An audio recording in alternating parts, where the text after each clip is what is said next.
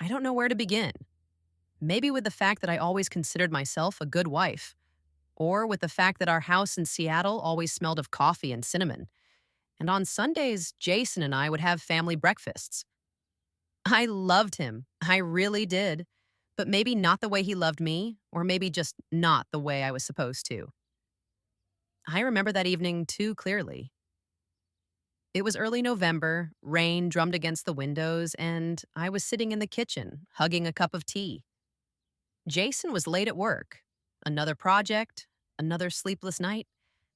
I had gotten used to his absence, to his constant busyness, to the fact that he was always somewhere out there, outside our home, and not next to me.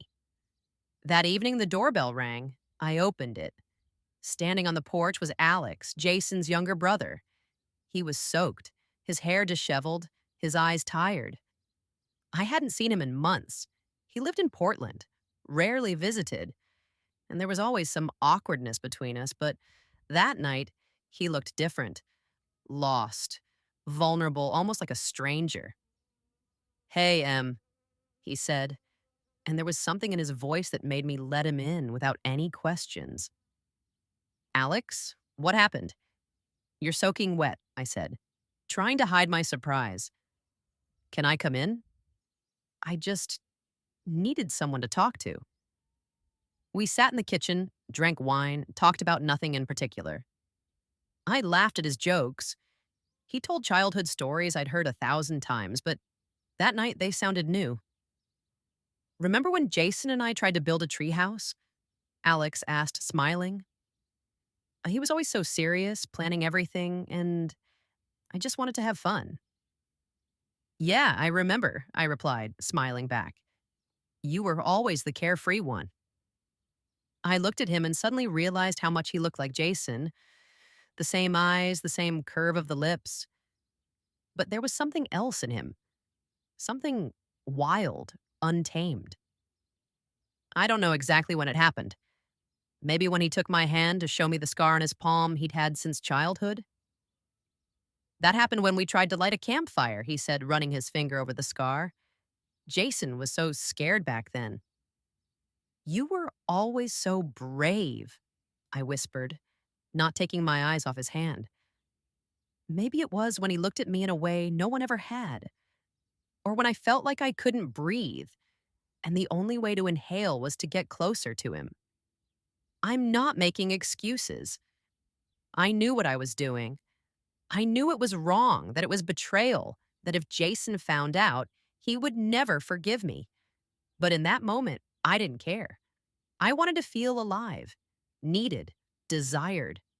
I wanted to forget the empty evenings, the cold sheets, the fact that I had become something like furniture to my husband.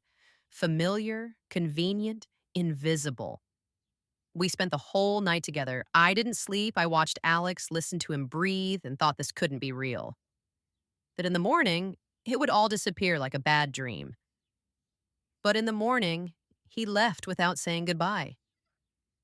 Just disappeared, leaving behind the scent of his cologne and a sense of guilt that no shower could wash away. I thought I could forget, that it was just a moment of weakness, a mistake I could bury deep inside. But a week later, Alex called me. His voice was trembling. He said he couldn't stop thinking about me, that it wasn't just a one-time thing. "Emily, I can't forget this," he said. "I know it's wrong, but I can't be without you." "Alex, please don't," I replied, feeling my heart pounding. "It was a mistake. We shouldn't have done it." "I know, but I love you, Emily." I listened to him and realized it was much more complicated than I thought. I tried to act normal, cooked dinners, smiled at Jason, pretended nothing had happened, but inside everything was burning. I became irritable, short-tempered, started snapping at my husband over little things. "What's going on with you?" Jason asked one evening after I yelled at him for forgetting to buy milk. "You're not yourself lately." "Everything's fine, Jason," I replied, trying to sound as calm as possible. "I'm just tired from work." "Are you sure? You can tell me if something's wrong." "I'm fine, really. Just give me some time." He looked at me doubtfully but said nothing. One evening, Jason came home earlier than usual. I was in the kitchen, talking to Alex on the phone. I didn't hear him come in, didn't notice him standing in the doorway. I can't do this anymore, Alex, I was saying into the phone. I can't live a lie. I turned and saw Jason's face. He understood everything. No words, no explanations. He just looked at me in a way he never had before, with pain, disappointment, hatred. I tried to say something to explain, but the words stuck in my throat. Jason, I I began, but he cut me off. Don't say anything, he said, his voice cold and distant. I get it. He left the house in silence, slamming the door so hard the windows rattled. I was left alone among the scattered shards of my life. 3 months have passed since then. Jason filed for divorce. Alex moved back to Portland and never called again. I stayed in the empty house, surrounded by photos where we're all still smiling at each other. Sometimes it feels like it wasn't me, like it all happened to someone else. But then I look in the mirror and see myself, the one who betrayed, who destroyed everything that mattered.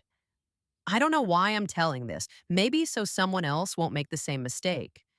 Maybe to forgive myself, or maybe just because I can't keep it inside anymore. I cheated on my husband with his brother, and it destroyed not only my marriage but me as well.